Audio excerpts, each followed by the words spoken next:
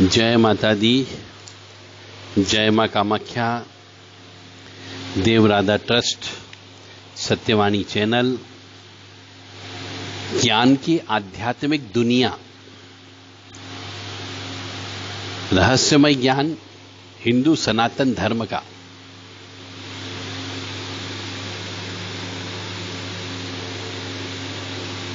व्रत क्यों करना चाहिए? व्रत करना किसको बोला जाता है? कौन व्रत कर सकता है? और व्रत का अर्थ क्या है वास्तव में? व्रत उपवास जिसको बोला जाता है।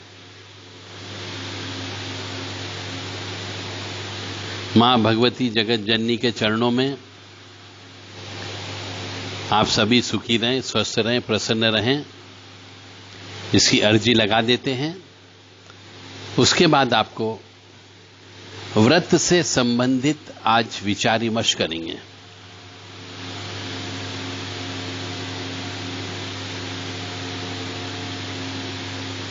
कामाख्ये वरदे देवी नीलपर्तवासिनी तम देवी जगत माता योनि मुद्रे नमस्तुते। कामाख्ये काम संपन्ने कामेश्वरी हर प्रिये कामनाम देहि में नित्यम कामेश्वरी नमस्तुते। कामदे काम रूपस्ते सुभगे सुर सेविते करोमि दर्शन देव्यम सर कामार सिद्धयेत। ओम महेशानी महामाये चामुंडे मुंडमालिनी आयु आरोग्य ऐश्वर्य देहि में देवी परमेश्वरी। ओम जयंती मंगला काली भद्रकाली कपालिनी दुर्गा क्षमा शिवा धात्री स्वाहा सदा नमस्तुते। ओम सर्वमंगल मांगल्ये शिवे सर्वासादिके शरण्ये त्र्यंबके गौरी नारायणी नमस्तुते। दुर्गति नाशिनी दुर्गा जय जय, काल विनाशिनी काली जय जय, उमा रमा ब्रह्माणी जय जय, सीता राधा रुक्मणी जय जय। महालक्ष्मी नमस्तुभ्यम नमस्तुभ्यम सुरेश्वरी, हरि प्रिय नमस्तुभ्यम नमस्तुभ्यम दयानिधि। काली काली महाकाली काली के पाप नाशिनी, खड़ग हस्ते मुंड हस्ते काली काली नमस्तुते। काली काली महाकाली काली के परमेश्वरी, सर्वानंद करी देवी नारायणी नमस्तुते। नीरहार हार धन सार सुधाकरम भा कल्याणम दा कनक चंपक दाम्भूषाम उतुंग बिनिको जुकुंभ मनोहरांगी वाणी नमामि मनसा वत्सा विभूतिये। ओम ऐं सरस्वत्यै नमः। ओम ह्रीं दुंदुर्गाय नमः। या ज्वल ज्वल प्रज्वल अग्नि रूपाय ओम होम ह्रीं श्रीं ज्वाला देवी नमो नमः। ओम त्र्यंबकं यजामहे सुगंधिं पुष्टिवर्धनम् उर्वारुक्मी बंधनान् मृत्योर्मुक्षीयमामृतात्। ओम भूर्भुवः स्वः तत्सवितुर्वरेण्यं भर्गो देवस्य धीमहि धियो यो नः प्रचोदयात्। हम हनुमते रुद्रात्मका हुं बट ओम ह्रीं हनुमते रामदूताय नमः। ओम ह्रीं बटुकाय अब्दुद्वारणाय कुरु कुरु बटुकाय ह्रीं। ओम हम शमनम गंभम धम खम महाकाल भैरवाय नमः। ओम ब्रह्मा मुरारी त्रिपुरांतकारी भानु शशि भूमि सुतो बुधश्च गुरुश्च शुक्र शनि राहु केतवे सर्वे ग्रहा शांति करा भवन्तु। ये स्तुतियां हम इसलिए बोलते हैं कि कम से कम इन स्तुतियों को यदि आप सुनोगे तो आपके कुछ पाप तो कम हो ही जाएंगे। इसलिए स्तुति बोलता हूं, आपके पापों का नाश करने के लिए। बहुत से मनुष्य का हमारे पास संदेश आते हैं कि आप सीधे प्रवचन देना चालू कर दो, ये स्तुति मत बोला करो। तो मेरा उन सभी से जवाब ये है, उन सभी के लिए, कि मैं स्तुति शुरू में ये बोलता हूं कि एक तो मैं आपके लिए एप्लीकेशन लगा रहा हूं मां भगवती के चरणों में कि मां भगवती इनको सद्बुद्धि प्रदान करें, इन्हें सुख दे, शांति दे। पहली बात तो एक फायदा आपका यह है, और दूसरा फायदा यह है कि मैं आपके पापों को कम कर रहा हूं यदि आप मेरी आवाज आपके कानों तक पड़ रही है तो।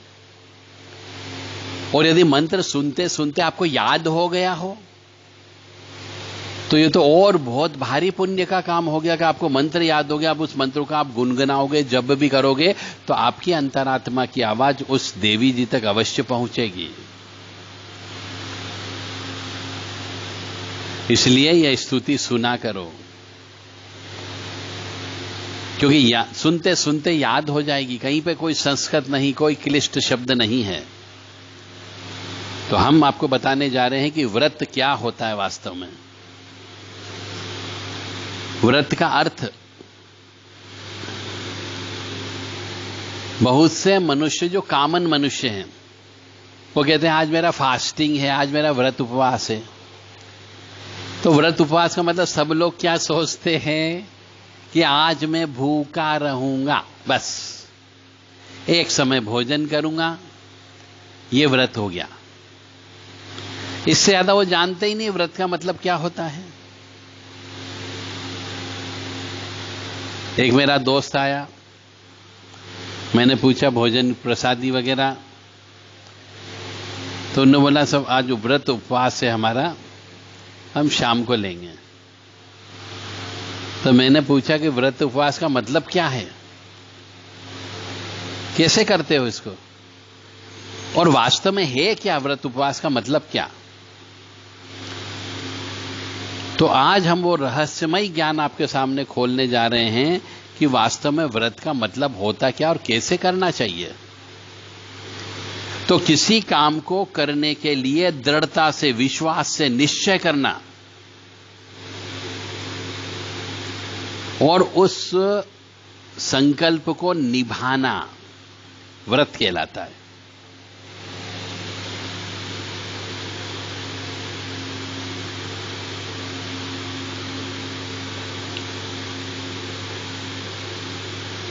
मतलब शास्त्र भी ये कहता है, वेद भी कहता है, पुराण भी कहता है, और उन सब में यही उपदेश दिया गया है परमात्मा के द्वारा कि व्रत धारण करके अपना मानव जन्म सफल करो। तो क्या व्रत धारण करना है? क्या सोमवार सोमवार का हम भूखे रहें? क्या हम किसी भी एक वार को हम भूखे रहें? या भगवान का जो जन्मदिन आता है, जो खुशियां मनाने का दिन होता है, उस दिन हम भूखे रहें, मिठाई नहीं खाएं भगवान के जन्मदिन की खुशी में? तो वास्तव में व्रत का मतलब क्या?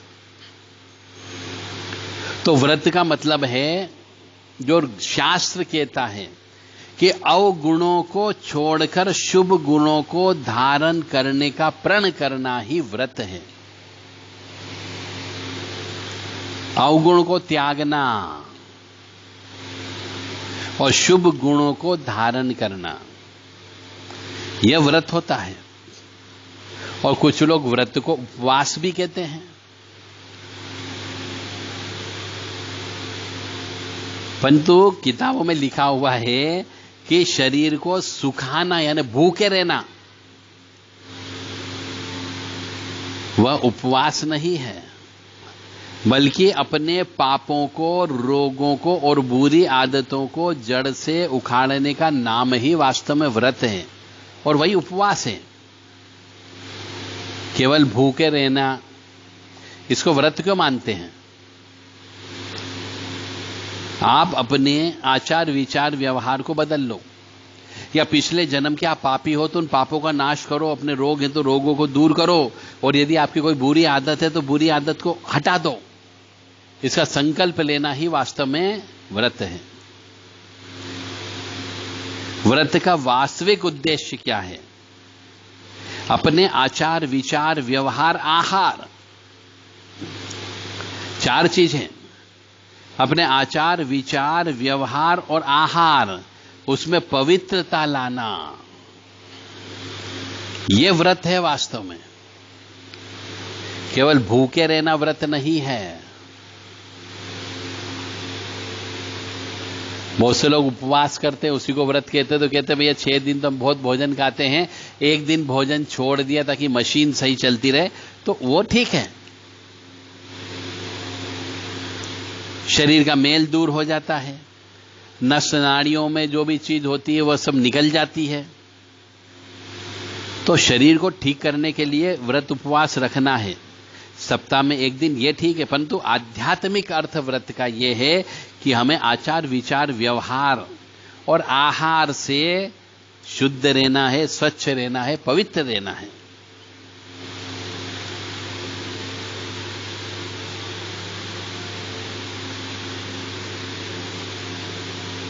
व्रत का यह अर्थ बिल्कुल भी नहीं है कि भूखे रहो, भूख से पीड़ित हो। जैसे बहुत से लोग क्या करते हैं, एकादशी का उपवास करते हैं तो कहते साहब एकादशी के दिन अन्न नहीं खाना चाहिए। तो आप एक एकादशी करके क्या अपने जिंदगी भर के पापों को धो लोगे? हर एकादशी आपको करना पड़ेगी जब तक आप जिंदा हो। तो उस दिन एक दिन अन्न का भोजन मत करो, परंतु उस दिन आपको दूसरे आइटम भी ठूस ठूस के नहीं खाना है। जब अन्न का त्याग किया है तो फिर उस दिन कुछ भी नहीं खाना पीना है, हल्की फुल्की चीज खाना है, केवल ठूस ठूस के नहीं खाना है। तो उपवास और अर्थ और व्रत का अर्थ समझ में आ गया होगा आपका।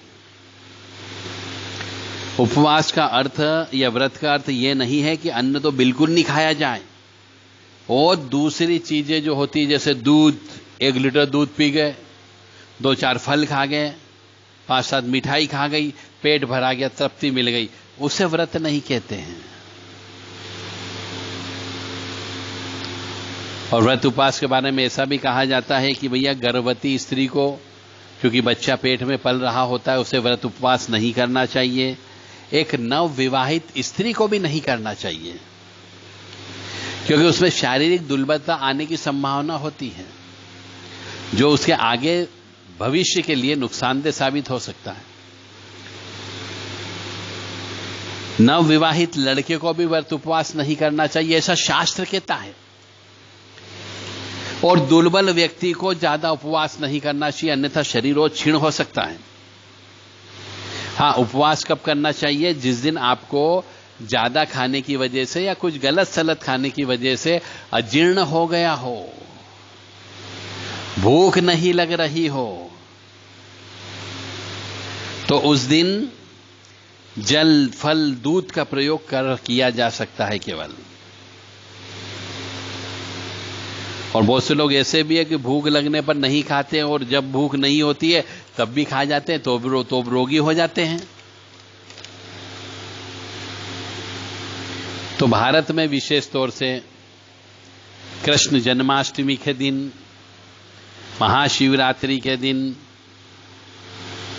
रामनवमी के दिन, नवरात्रि में, इन विशेष त्योहारों पर व्रत उपवास रखते हैं और अपने आप को पवित्र करते हैं। परंतु जो मैंने कहा, व्रत उपवास रखने का मतलब है उस दिन बहुत कम, केवल मशीन चल जाए इस शरीर में, जो आइल पानी जाना चाहिए उतना आइल पानी मिल जाए, केवल उतना ही खा करके इतिश्री कर लेना चाहिए।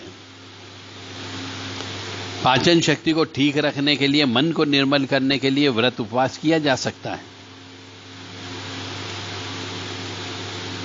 लेकिन अपने निष्काम कर्तव्य पालन, स्वाध्याय, मन का विग्रह, अंतःकरण की पवित्रता और सत्य और मधुर भाषण, सेवा, नम्रता, इन शुभ गुणों को भी लागू करना अपने जीवन में, इसका प्रतिज्ञा करना भी व्रत कहलाता है। भगवान की निष्काम भावना से सेवा करना चाहिए, कर्तव्य पालन करना चाहिए, अपने जिह्वा से कभी भी कटु वचन नहीं निकालना चाहिए, नम्रता से पेश आना चाहिए, सत्य के राह पर चलना चाहिए, धर्म की राह पर चलना चाहिए। तो इन सबको अपने जीवन में उतारना ही वास्तव में व्रत है। और आज के जमाने में जो आवश्यक है व्रत की, विशेष तौर से कि भ्रष्टाचार को मिटाना, अज्ञानता को मिटाना, आतंकवाद को मिटाना, गरीबी बेरोजगारी को मिटाना, नशेबाजी को मिटाना और आतंकवाद को मिटाना, इसका प्रण लेना भी व्रत ही है। आज के जमाने में इस व्रत की आवश्यकता ज्यादा है, बजाय कि आप भूखे रहो, प्यासे रहो। और जब भी व्रत उपवास करते हैं तो जिस भी देवी देवता के नाम से व्रत उपवास किया गया, उसके मंदिर पे जाके पूजन अर्चन करना चाहिए। उस दिन क्रोध नहीं करना चाहिए, उस दिन स्त्री संग रमण नहीं करना चाहिए, उस दिन आमोद प्रमोद भी नहीं करना चाहिए, अपने इष्ट की किताबों का चिंतन करना चाहिए, मनन करना चाहिए, चरित्र को पढ़ना चाहिए और मांस शराब का सेवन तो करना ही नहीं चाहिए। यानी कि काम, क्रोध, लोभ, मोह, मद, मत्सर, ईर्ष्या, तृष्णा, राग, द्वेष, ये 10 जो विकार हैं, इनसे दूर रहना ही वास्तव में व्रत उपवास है। व्रत वाले दिन जल्दी उठना चाहिए, ब्रह्म मुहूर्त में उठना चाहिए, अपने इष्ट के नाम से दीपक लगाना चाहिए, अपने इष्ट के मंदिर में जाना चाहिए जहां से पॉजिटिव एनर्जी मिलती है, और 2, 3, 4 घंटे कम से कम अपने इष्ट का नाम लेना चाहिए, स्तुति करना चाहिए, मंत्र जप करना चाहिए, यंत्र बनाना चाहिए, यंत्र को धारण करना चाहिए, हवन करना चाहिए, भोग लगाना चाहिए, और हो सके तो अपने इष्ट की षोडश उपचार पूजा भी करना चाहिए। ये वास्तव में व्रत है। जय माता दी, जय मां कामाख्या।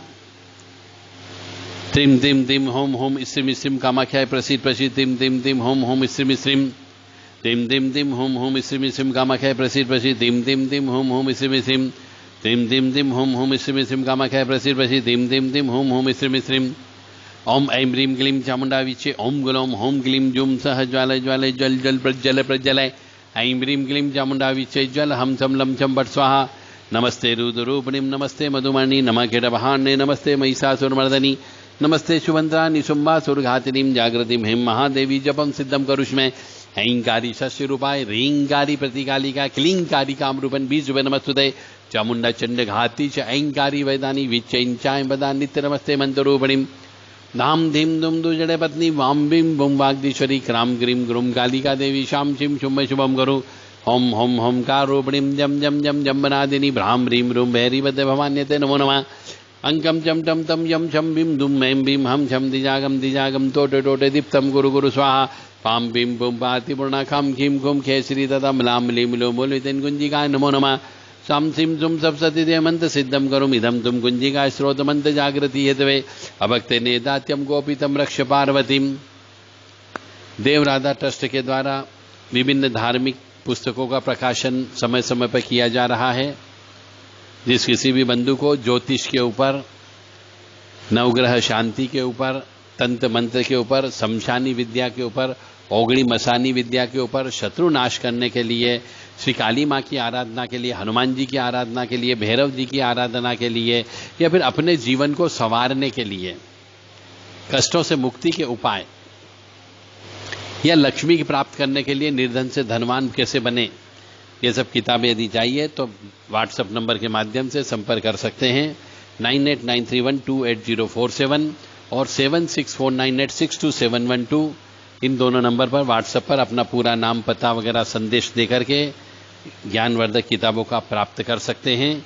और प्रशिक्षण लेना चाहते हो तो देव राधा ट्रस्ट में समय समय पर ज्योतिष सिखाने का, तंत्र मंत्र सिखाने का, काला जादू काटने का, भागवत जी पढ़ने का, श्री दुर्गा सप्तशती का पाठ करना कैसे करना चाहिए, श्रीमद् देवी भागवत का पाठ कैसे करें, पुराणों का पाठ कैसे करना चाहिए, पूजन अर्चन कैसे करना चाहिए, आरती कैसे करना चाहिए, इन सब के ऊपर प्रशिक्षण दिया जाता है और आगे भी दिया जाता रहेगा। जिस किसी भी सज्जन को पूजा पाठ करना सीखना हो, यज्ञ कैसे करें ये सीखना हो, गृह प्रवेश कैसे कराएं ये सीखना हो, कर्मकांड सीखना हो तो देव राधा ट्रस्ट से संपर्क कर सकते हैं।